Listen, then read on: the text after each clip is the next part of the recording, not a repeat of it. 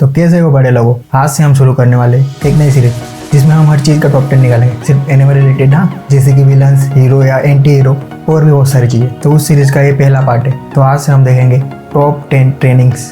तो 10वें नंबर पर आता है बाकी हानमा। बाकी हानमा real world pain based training arc. बाकी इसमें ट्रेनिंग नहीं, खुद पे टॉर्चर करता है। बाकी हानमा है ही एक मॉन्स्टर, तो उसके लिए तो ये सब नॉर्मल ट्रेनिंग है, जिसमें वो पंचिंग थ्रीज और शैडो ट्रेनिंग करता है।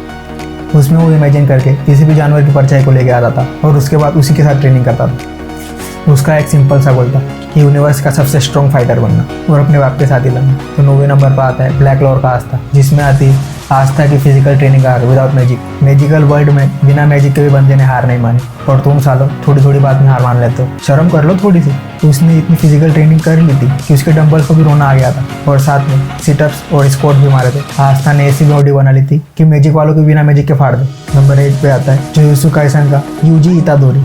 जब खुद के अंदर एक मॉन्स्टर हो, वो भी सुकोना जैसा, तो एक सेकंड ट्रेनिंग से कम नहीं है। ऐसे मॉन्स्टर को खुद के अंदर रखना कोई आसान बात थोड़ी है। और फिर हमारा चिकना लोंडा गोजो भी तो उसे ट्रेनिंग दे रहा था, तो कैसे नहीं उसकी ट्रेनिंग हार्ड होगी। गोजो उसे इतनी इंटेंस ट्रेनिंग दे रहा था कि नॉर्मल बंदा तो निपट ही जाता। 7वें नंबर पर आता है हमारा प्रिंस वेजिटा ड्रैगन बॉल जी से 100x ग्रेविटी में अपने ईगो को फ्यूल बनाकर ट्रेनिंग करना कोई आसान बात थोड़ी थी। जब सबने उसे बोल दिया था कि तुम सुपर सेंट नहीं बन सकते, फिर भी बंदे ने करके दिखाया था। तो फीलिंग अलग होती जब सब लोग बोलते हैं ना कि तुमसे ये चीज़ नहीं होगी, और फिर भी तुम वही करके दिखाओ, तो लोगों की जल की राख हो जाती है। और ऊपर से वो जो सुकून मिलता है ना, वो बताया नहीं जा सकता, वो सिर्फ फील किया जा सकता है कितना सुकून मिलता है अंदर से। मुझे पता है कि वेजिटा ने इससे भी ज़्यादा खतरनाक ट्रेनिंग की, और उसकी शुरुआत तो यही से हुई थी। उसकी जो जीत थी सुपर सेंट बनने की, वो यहीं पे देखने को मिली थी, और यहीं पे उसके ऊपर सबको भरोसा होना शुरू हुआ था कि ये हमारी साइड है। 6th नंबर पर है माय हीरो अकेडमिया से डेकू। 6th नंबर पर है अपनी हड्डियाँ तुड़वाने के बाद रोने वाला डेकू, एक पावरलेस लड़का जिसको पैदा होने से ही पावर नहीं मिली थी, पर फिर भी उसे एक सुपर हीरो बनना था,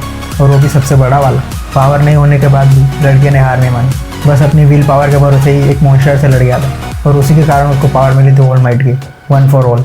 बस मुझे इसमें एक ही चीज़ पसंद नहीं आई थी, पावर देने का तरीका। यार बाल खिलाकर भी कोई पावर देता है क्या? कोई और तरीका तो मिल लेते। नंबर 5 पर है बॉन और किलवा हंटर हंटर से। गेम के साथ ही ट्रेनिंग का कॉम्बो बनाया था दोनों ने, जिसमें वो दोनों नेन की प्रैक्टिस कर रहे थे। इतना ज़्यादा हेल्प हुई बंदों ने नेन सीख लिया था, और बॉन ने तो एक वादा भी किया था तो ज़्यादा यूज़ नहीं करेगा नेन का। दोनों ने एक दूसरे की हेल्प करके खुद को ट्रेन किया था, इसी को बोलते हैं असली ब्रो पावर। नंबर 4 पर है हमारा प्यारा तांजीरो, जिसमें वो वाटर ब्रीदिंग की ट्रेनिंग कर रहा था। तांजीरो ने वाटर ब्रीदिंग सीखने के लिए दिन रात एक कर दिया था। बेम्बू से लेके पत्थर तक सब काट दिया था लौंडे ने। जब तक वो वाटर ब्रीदिंग सीखा नहीं, तब तक वो रुका नहीं। अभी तो इन्फिनिटी कासल भी आ रहा है, उसे तो रुका ही नहीं जा रहा कि कब सितंबर आए और कब मैं थिएटर में जाके मूवी का एक्सपीरियंस लूँ।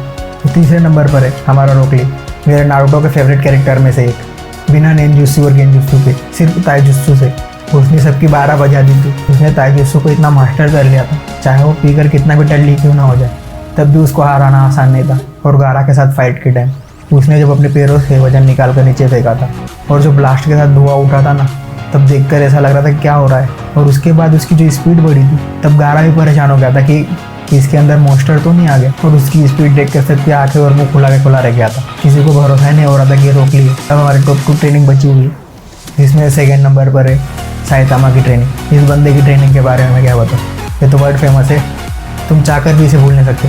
सिंपल सी ट्रेनिंग है, 100 पुशअप, 100 सिटअप्स और 10 किलोमीटर रनिंग डेली, और एक दिन भी रुकना नहीं पड़े। पर साइड इफेक्ट ये है कि बाल उड़ जाएंगे, और एसी का इस्तेमाल तो बिल्कुल भी नहीं। वैसे मेरे पास एसी है ही का, लोंडे के पास इतनी पावर आ गई है कि उसके सामने कोई टिक ही नहीं पा रहा। अब उसको मज़ा ही नहीं आता फाइट करने में, वो खुद से ही बोर हो गया कि उसने इतनी ओवर ट्रेनिंग क्यों कर ली। तो नंबर 1 पर आता है गोकू ग्रेविटी चैम्बर ट्रेनिंग। भाई इसने जब 100x ग्रेविटी में ट्रेनिंग की थी ना, तो फ्रीजा की फट गई थी, उसकी रातों की नींद हराम हो गई थी। उसका हर मूव और पंच डायमेंशन चेंज करने की पावर रखता था। ये एक ओजी ट्रेनिंग थी, इसको तो हम चाहकर भी भूल नहीं सकते। तो बस यही खत्म होती है हमारी टॉप 10 की लिस्ट। तो ये थे वो टॉप 10 ट्रेनिंग्स जिन्होंने नॉर्मल कैरेक्टर को बहुत ज़्यादा पावरफुल बना दिया था। आपको इनमें से कौन सी ट्रेनिंग पसंद आई थी, कमेंट में जरूर बताना। और ये मेरी टॉप 10 लिस्ट है, ज़रूरी नहीं कि आपकी और वीडियो अच्छा लगा तो अपने आप को सहायता समझकर एक पंच सब्सक्राइब बटन पर मार देना यार। तो मिलते हैं अगले वीडियो में, तब तक के लिए ध्यान रखना।